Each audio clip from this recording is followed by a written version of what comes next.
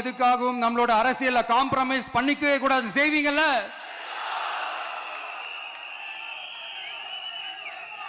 And தயவு செஞ்சு எல்லாரும் கொஞ்சம் ஒற்றுமையா இருந்து சேர்ந்து உழைச்சி ஜெயிப்பீங்கல்ல? சரி, நமக்காக நம்ம மக்கள் கண்டிப்பாக ஓட்டு போட்டு ஜெயிக்க வைப்பாங்க, அதில் எந்த மாற்று கருத்துமே கிடையாது.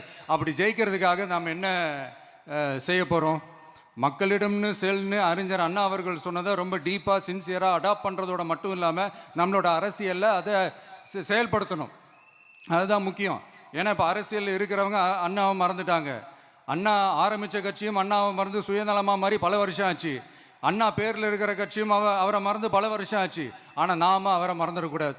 மக்கள்கிட்ட போகணும், மக்களோட மக்களாகவே இருக்கணும், மக்களுக்காகவே இருக்கணும். அதுக்காக நாம் என்ன செய்ய போகிறோம், என்னெல்லாம் செய்ய போகிறோம், அதுக்காக தான் இந்த மீட்டிங். ஆரம்பிக்கலாமா? இந்த ரெண்டு கட்சிகள், ஆண்டு கட்சியாக இருக்கட்டும், இப்போ ஆள்ற கட்சியாக இருக்கட்டும், அவங்கள பொறுத்த வரைக்கும் பூத்துனா என்ன தெரியும்ல? அவங்கள பொறுத்த வரைக்கும் பூத்துனா கள்ள ஓட்டு போடுற இடம். ஆனால் நமக்கு, நம்ம டிவிகேவுக்கு அது ஒரு ஜனநாயக கூடம். அங்கே ஜனநாயகம் திருடுறாம நம்ம பார்த்துக்கிறணும். ஒவ்வொரு ஓட்டையும் நம்ம பாதுகாக்கணும். எப்படி பாதுகாக்கிறது? ஒவ்வொரு வீட்டில் இருக்கிற ஒவ்வொரு ஓட்டும் நமக்கு தானே ஃபர்ஸ்ட் கன்ஃபார்ம் பண்ணுங்க. எனக்கு தெரிஞ்சு தமிழ்நாட்டில் ஒரு 2.25 கோடி ரேஷன் கார்டுகள் இருக்கும்னு நினைக்கிறேன்.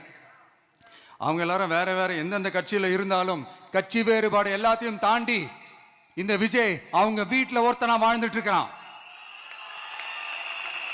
அவங்க குடும்பத்தில் ஒருத்தனா பார்த்துக்கிட்டு இருக்கிறாங்க. அதனால இந்த கட்சி கிச்சி எல்லாத்தையும் தாண்டி இந்த விஜய் கூட நிக்கணும்னு முடிவு பண்ணிட்டாங்க. அதனால அப்படி முடிவு பண்ண அவங்கள பாதுகாப்பா பூத்துக்கு கூட்டிட்டு வாங்க. நம்மளோட இந்த விசில் சின்னத்துக்கு ஓட்டு போட வைங்க.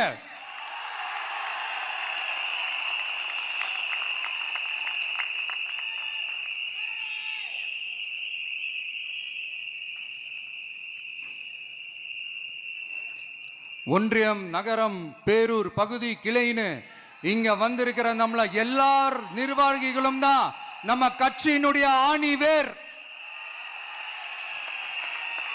நீங்க எல்லாரும் சுதந்திரமா செயல்படணும், சுதந்திரமா செயல்பட விடணும்.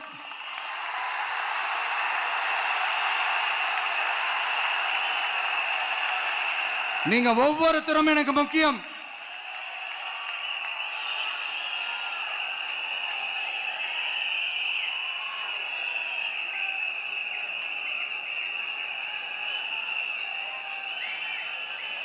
நீங்க தான் நம்மளுடைய இந்த பிஎல்ஏஸ், பூத் லெவல் ஏஜென்ட்ஸோட களத்தில் நின்று வேலை பார்க்க போற ஃப்ரண்ட் லைன் வாரியர்ஸ்.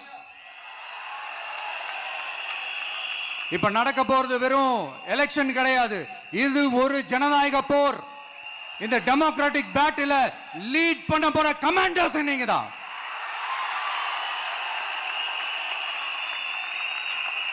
நான் ஏன் இது எவ்வளவு ஸ்ட்ரெஸ் பண்ணி சொல்றேன் அப்படின்னா, இந்த தீய சக்தி எப்படி, இந்த தீய சக்தியோட தில்லு முள்ளுலாம் உங்களுக்கே நல்லா தெரியும். முழிச்சிட்டு இருக்கும் போதே முழியை தோண்டி எடுத்துட்டு போற கூட்டம். அதனால கொஞ்சம் ஜாக்கிரதையா இருக்கணும். நம்ம எலெக்ஷனுக்கு இன்னும் 3 மாசம் தான் இருக்குது, அவ்வளவு கூட இல்லைன்னு நினைக்கிறேன். இந்த 3 மாசத்துல நீங்க செய்ய போற அந்த களப்பணியில தான் நம்மளுடைய வெற்றியே இருக்குது.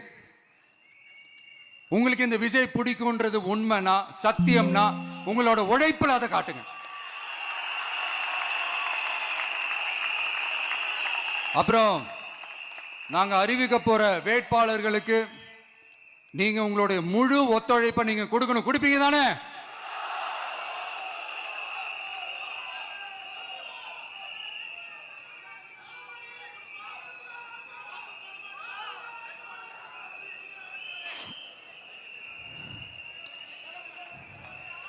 உங்க எல்லாரையும் ஒரு எனர்ஜைஸ் பண்ற மாதிரி உண்மையா நடந்த ஒரு கதை ஒன்று சொல்றேன்.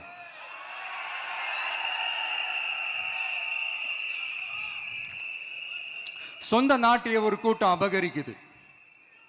சொந்த நாட்டிலேயே இருக்க முடியாத அளவுக்கு ஒரு நெருக்கடி ஏற்படுது. ஸோ வேற வழி இல்லாமல் அந்த நாட்டு விட்டே வெளியே போய் வேற ஒரு இடத்துக்கு போய் காடு மலை அப்படி இப்படின்னு சுற்றி மறைஞ்சு வாழ வேண்டிய ஒரு சூழ்நிலை ஏற்படுது.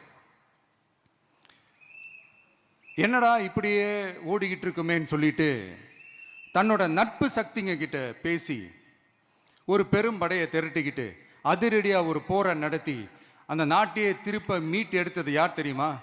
நம்ம கொள்கை தலைவர்களை ஒருத்தரான ராணி வேலு நாச்சியார் அவர்கள் தான். அவங்களுக்கு அந்த நட்பு சக்தியா கூட இருந்து உழைச்சது சின்ன மருது, பெரிய மருது, சையது, கார்கின்னு சொல்லிட்டு அந்த 3 பேரும் தான். ஆங்கிலேயர் படை, ஆற்காட்டு படை மாதிரி அந்த 2 பெரும் படையை அடிச்சு துவம்சம் பண்ணிட்டு அந்த நாட்டையை திருப்பி மீட்டு எடுத்தது வேலு நாச்சியார். அன்னைக்கு இருந்த ஆங்கிலேயர் படை, ஆற்காட்டு படை மாதிரி இன்னைக்கு என்னென்ன படை இருக்குதுன்னு உங்க எல்லாருக்குமே நல்லா தெரியும். அதனால அந்த 2 படை மட்டும் இல்ல, இன்னும் எத்தனை படை வந்தாலும் எதிர்த்து நின்று ஃபேஸ் பண்றதுக்கு ஒரு நல்ல தலைமையும் இத்தனை சக்திகள் என் கூட இருக்கும் போது, இத்தனை சின்ன மருது, இத்தனை பெரிய மருது, இத்தனை சையது கார்கிகள் என் கூட இருக்கும் போது நம்ம நாட்டை நம்மளால மீட்டெடுக்க முடியாதான்னு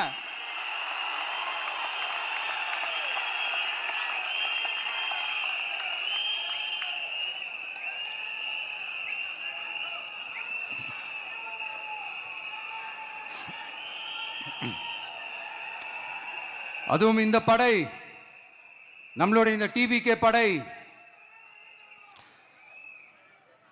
நட்பு சக்தி இருந்தாலும் இல்லைனாலும் தனியாவும் நின்று கெத்தா ஜெயிக்கிற அளவுக்கு ஒரு மிகப்பெரிய படை. அதுலயும் ரொம்ப முக்கியமா இன்னைக்கு இந்த கூட்டத்துக்கு வரலனாலும் நான் அந்த போர்ல நடந்த அந்த கதை மாதிரி கட்ஸான குயில்கள் நிறைந்த பெண்கள் படையும் நம்மளோட இருக்கிறாங்க. அந்த பெண்கள் படையை பார்த்துதான் அரசியல் அரங்கமே அதிர்ந்து போயிருக்குது. அதனால எல்லாரும் ஒரு நிமிஷம் எனக்காக எந்திரிச்சு நில்லுங்களேன் ப்ளீஸ். நான் சொல்றதை கொஞ்சம் ரிப்பீட் பண்ணுங்க. இந்த 2026 சட்டமன்ற தேர்தல்ல நாம எல்லாரும் உண்மையாக உழைப்போம், சத்தியமாக உழைப்போம், உறுதியாக உழைப்போம், ஒற்றுமையாக உழைப்போம்.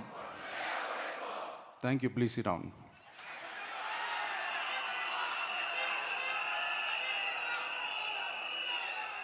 உங்களோட இந்த வார்த்தையை நான் மனப்பூர்வமா நம்புறேன். நான் ஏற்கனவே சொன்ன மாதிரி இந்த வரப்போற தேர்தல் இதுவரைக்கும் தமிழ்நாடு பார்த்திராத ஒரு வித்தியாசமான தேர்தல். நம்மளுடைய படை வரிசையும் அப்படிதான், ஒரு பவர் பேக்ட் ஃபோர்ஸ். இவ்வளவு நாள் இதை நாம மட்டும்தான் சொல்லிக்கிட்டு இருந்தோம். இப்ப கொஞ்சம் கொஞ்சமா அதை வெளியில சொல்ல ஆரம்பிக்கிறாங்க. என்னடா இந்த விஜய் கூட இருக்கிற ஃபோர்ஸை பார்த்தா சாதாரண ஃபோர்ஸ் மாதிரி தெரியல, மிலிட்ரியோட பெரிய ஃபோர்ஸா இருக்குது, வரப்போற எலெக்ஷனை கணிக்கவே முடியல, அப்படி இப்படின்னு சில குரல்கள்லாம் கேட்க ஆரம்பிக்குது. கணிக்கவே முடியலன்னு அவங்க வேணா சொல்லலாம், ஆனா மக்கள் ஆல்ரெடி கணிச்சு முடிச்சுட்டாங்க. அவங்க மனசை நல்லா புரிஞ்சு வச்சிருக்கிற நமக்கு அது நல்லாவே தெரியும். அதனால இந்த எலெக்ஷன் ரிசல்ட்டுக்கு அப்புறம் இந்த தீய சக்தி கிட்ட இருந்தோம், இந்த ஊழல்வாத அடிமை சக்தி கிட்ட இருந்தோம் தமிழ்நாட்டை மீட்டுட்டோம்னு உறுதியா அறிவிப்போம். அதுல என்ன மாற்று கருத்து கிடையாது.